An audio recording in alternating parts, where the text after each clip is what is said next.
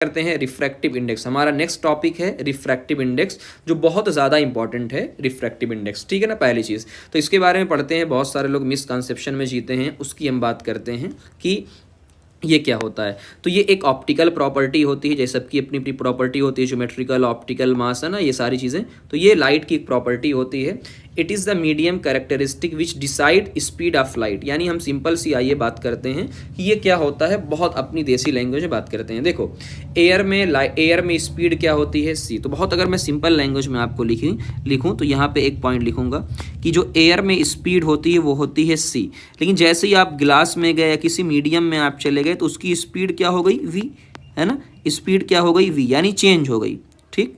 तो अब बहुत सिंपल लैंग्वेज में आप किसी और को भी समझा सकते हैं इजी लैंग्वेज में कि एयर में जो स्पीड होती है लाइट की वो होती है सी। जब आप किसी मीडियम में गए तो वहाँ पे स्पीड चेंज हो गई और वो क्या हो गई, वी।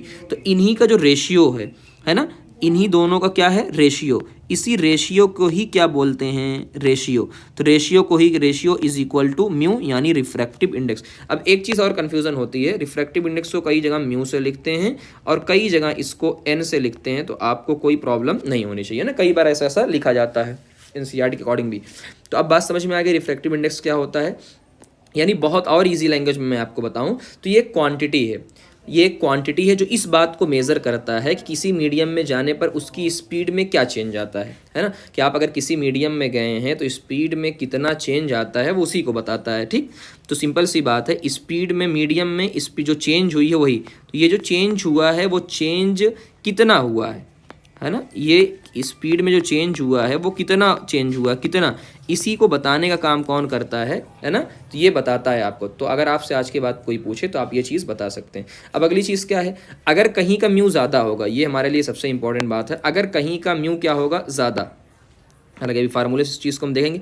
अगर कहीं म्यू ज़्यादा होगा, ठीक, तो उसे हम बोलेंगे डेंसर मीडियम, है ना। तो ये इंपॉर्टेंट चीज़ आप लिख लीजिए कि अगर कहीं भी म्यू क्या होगा, रिफ्रैक्टिव इंडेक्स अगर ज़्यादा होगा तो हम उसको क्या बोलेंगे, हम उसको बोलेंगे डेंसर मीडियम। और आगे अभी थोड़ी देर के बाद आपको पता चलेगा डेंसर मीडियम में स्पीड क्या होती है, स्लो होती है। तो एक ही चीज़ आप याद रखिए, अगर म्यू ज़्यादा है इसका मतलब होता है डेंसर। आइए अब फार्मूले की बात करते हैं। ये दो टाइप का होता है, एक होता है एब्सोलूट रिफ्रैक्टिव इंडेक्स, एब्सोलूट, है ना, म्यू आर एन मैंने बताया। अब एब्सोलूट का मतलब क्या होता है, सिंपल, पहले आप इस फार्मूले को देखिए, mu is equal to C by V. C का मतलब क्या है, अभी बताया आपको, speed of light in vacuum, है ना। तो एयर की आप बात करिए या वैक्यूम, चलो अभी वैक्यूम की बात कर लेते हैं। तो speed of light in vacuum, और वी का मतलब होता है speed of light in medium. अब मीडियम कोई भी हो सकता है ना, आपका ग्लास हो सकता है, वाटर हो सकता है, बहुत सारे टाइप के मीडियम आपके हो सकते हैं, ठीक। इन्हीं दोनों का जो रेशियो है, इसी रेशियो को ही क्या बोलते हैं, म्यू बोलते हैं। तो लिखा है it is the defined as a ratio of speed of light in vacuum to the speed. अब एक वर्ड यहाँ पे लिखा हुआ है एब्सोलूट, है ना। तो कई बार कन्फ्यूज़न होता है बच्चों को, कोई कन्फ्यूज़न की बात नहीं है।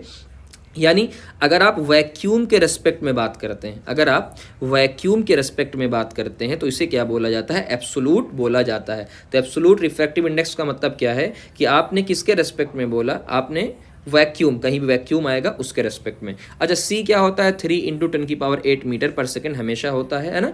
तीन चीज़ें आपको रट्टाफिकेशन मारनी है। रट्टाफिकेशन क्या मारनी है ना, ये एक्सपेरिमेंटल प्रूफ पूरा है ना। जब ये अच्छा कैसे निकाला, जैसे जब हमने वैक्यूम की बात किया 1, तो कई बार वैक्यूम दिया होता है और कई बार एयर दिया होता है। तो एयर का भी क्या आएगा, तो वैक्यूम दिया है, या स्लैश करके आप यहाँ पे एयर लिख सकते हैं। तो मैं, ठीक, तो मैं यहाँ पे ऐड कर देता हूँ वैक्यूम या एयर, थोड़ा सा और इसको, ठीक, चलिए। तो हम इस पे ऐड करते हैं। कई बार वैक्यूम की बात करते हैं तो यहाँ पे या तो वैक्यूम की वो लिखा होगा वैक्यूम, या कई बार वो लिखा होगा एयर। तो एयर का कितना होता है, 1 होता है। अब यहाँ पे अंदाज़ा लगाइए, सबसे पहली चीज़ क्या है, 1। तो जैसे यहाँ एक चीज़ बताया मैंने, लिखा म्यू इज इक्वल टू 1, क्या लिखा, 1 is equal to C by V. तो जब मैंने लिखा 1 यानी C is equal to V के बराबर हो गया, C is equal to V के बराबर हो गया। तो यानी जो स्पीड होती है वो जितना वैक्यूम में होती है उतनी ही एयर में होती है। और यही हमारे लिए सबसे इंपॉर्टेंट चीज़ ये है कि ये मिनिमम, यानी 1 से कम कभी नहीं हो सकता, 1 से कम कभी नहीं हो सकता। उसका रीज़न, ये पॉइंट को बहुत ध्यान से समझिएगा, बहुत ध्यान से मेरी बात को समझिएगा, तब इसको आपको फील आएगा कि क्या मतलब इसका है, क्या मतलब है इसका। अब समझिए मेरी बात को, समझिए मेरी बात को। ठीक, पहली चीज़ को ध्यान देखिए। बात क्या है कि देखो, सबसे पहले हमने ये कहा कि सबसे ज़्यादा आज तक दुनिया में, अब समझिए बहुत ध्यान से, आज तक दुनिया में सबसे ज़्यादा स्पीड क्या है? सी। सबसे ज़्यादा स्पीड क्या है? सी। और जो वी होता है, वी, वो तो कम होता है भाई, सी से तो कम होगा, जाहिर सी बात है, या तो सी के बराबर होगा या तो सी से क्या होगा? कम होगा। अब खुद सोचो, ऊपर वाली वैल्यू है बड़ी, ऊपर वाली वैल्यू है बड़ी, नीचे वाली वैल्यू है छोटी, तो बताओ क्या होगा? हमेशा या तो एक के बराबर आएगा या एक से क्या आएगा? ज़्यादा।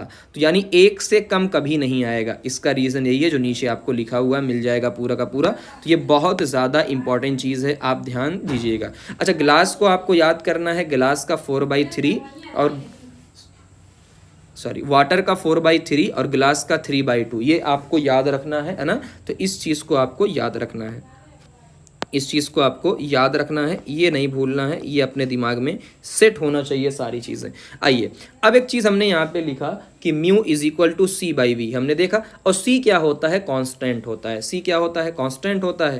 कांस्टेंट का मतलब ये चेंज नहीं होगा, यानी म्यू और वी आपस में उल्टे हो गए, अभी पता है ना। यानी जिसका म्यू उल्टा का मतलब क्या है? म्यू ज़्यादा होगा तो वी क्या होगा? कम। जैसा कि हमने शुरू ही में आपको देखा था कि जिसका म्यू ज़्यादा होता है वो डेंसर होता है और स्पीड क्या हो जाती है उसकी? स्लो हो जाती है। तो कहीं भी आपको रटना नहीं पड़ेगा किसी भी चीज़ को, है ना। जैसे एग्जांपल मैं आपको दूं, एयर का म्यू क्या है? 1, ग्लास का म्यू क्या है? 1.5।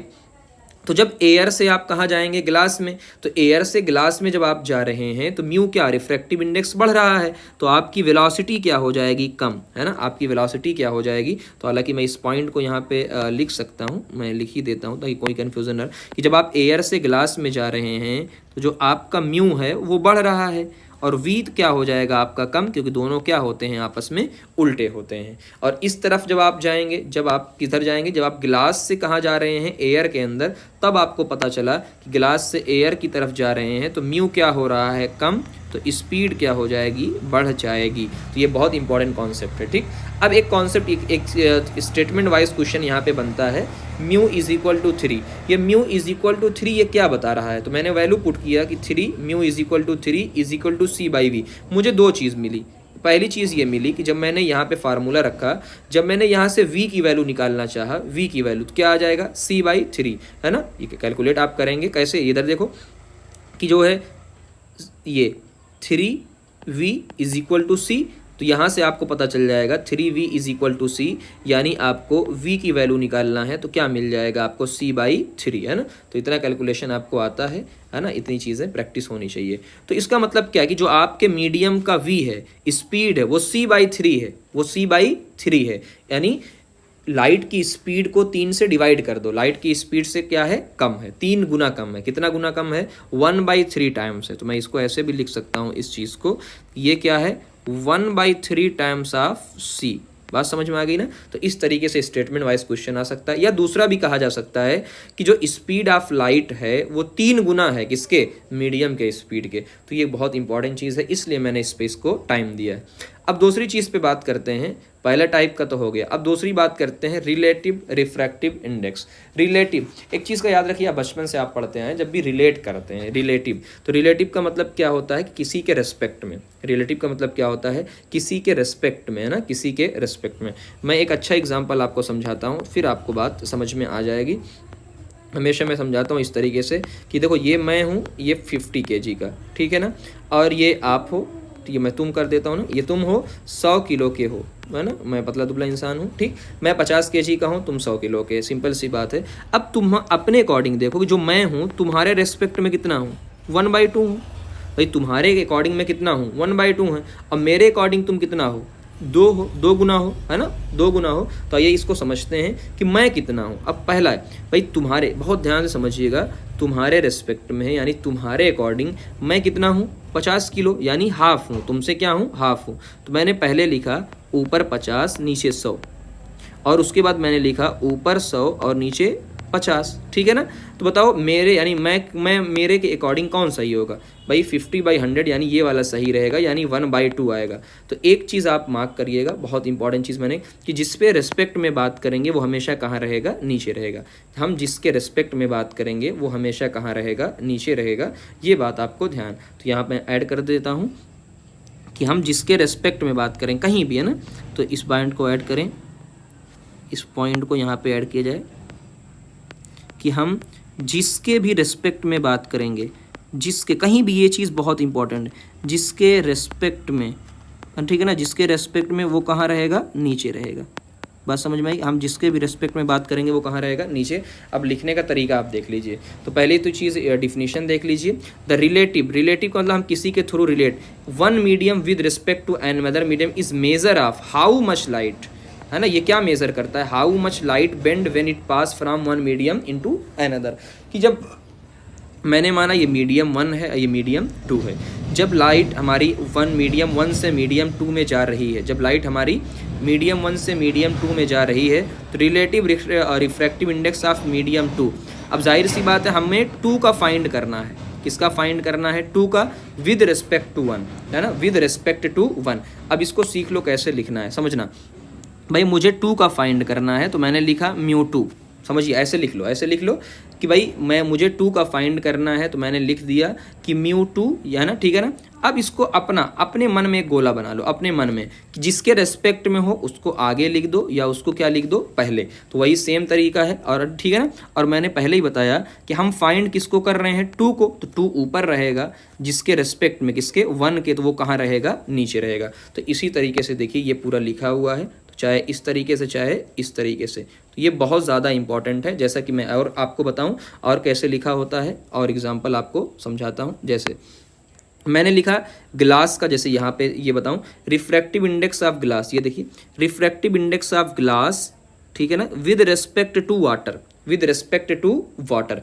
अब इसको कैसे लिखेंगे सर, इसको ऐसे लिखेंगे, देखो सबसे पहले किसको लिख लो, ग्लास, तो मैंने लिख दिया μg, ठीक है, μg मैंने लिख दिया, किसके रेस्पेक्ट में है, वाटर के, तो मैंने लिख दिया या तो वाटर को इधर लिख दो या वाटर को क्या लिख दो, पहले लिख दो। अगला देखो, refractive index of water with respect to oil, ठीक है ना, विद रेस्पेक्ट टू ऑयल। तो इसको कैसे लिखना है सर, इसको देखो पहले किसको लिखोगे, वाटर को, तो मैंने लिखा μw, यानी वाटर का, किसके रेस्पेक्ट में, ऑयल, तो मैंने ओ लिख दिया या ऑयल लिख दिया, ठीक है ना, इस तरीके से।